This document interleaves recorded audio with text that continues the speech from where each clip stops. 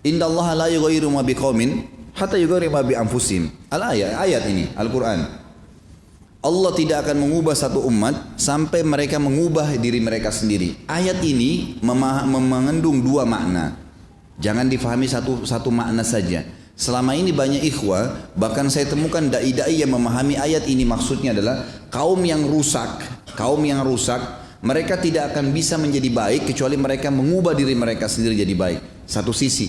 Sisi yang lain mereka tidak bahas.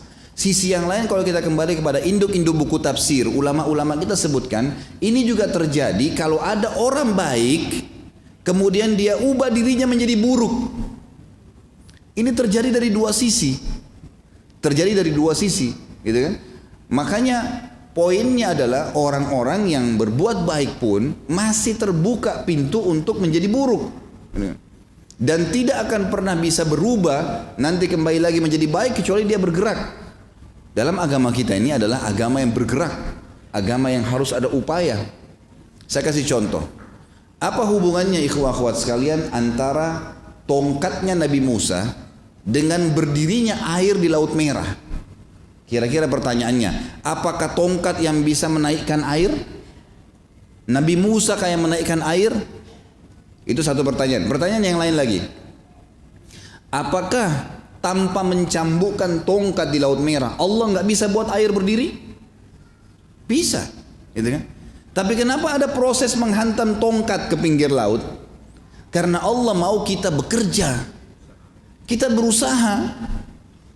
Usahanya itu tidak ketemu, tidak berimbang dengan hasilnya. Tongkat dihantam ke laut, tidak ada hubungannya tongkat itu. Tapi hasilnya air naik, selamat mereka. Artinya bahwa wahai umat Islam, jangan tidur terus, bergerak. Banyak kita menghayal, nanti akhir zaman kita memimpin.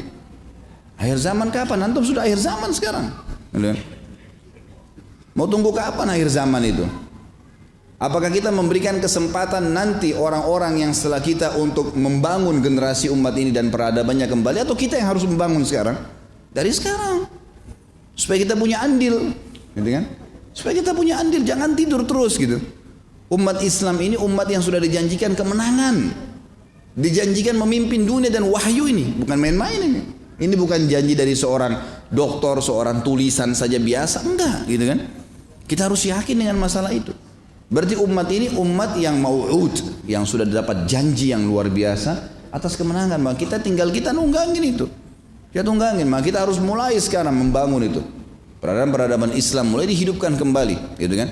Kembali, dan kita lihat subhanallah, masa-masa turunnya Islam itu pada saat mereka sudah mulai meninggalkan apa yang telah Allah perintahkan. Selama mereka masih mempertahankan hukum Allah, Allah berfirman, ya, la aglibanna ana wa rusuli, dalam Al-Quran dikatakan, a'udzubillahi minasyaitonir ayat, la aglibanna ana wa rusuli, kata Allah SWT, saya pasti akan memberikan kemenangan dan pertolongan seluruh rasulku. Maksudnya apa? Allah akan tolong agamanya. Siapa yang memimpin, siapa yang menjalankan hukum Allah, Allah akan tolong dia. Kapan kata ulama keluar dari kriteria ini? Walaupun dia pemimpin muslim, walaupun prajuritnya banyak, tapi kalau negaranya sudah mulai keluar dari hukum Islam, maka Allah akan hancurkan.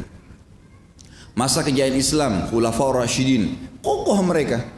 Di Madinah, kota kecil, bisa runtuhkan Darul Bayda di Persia.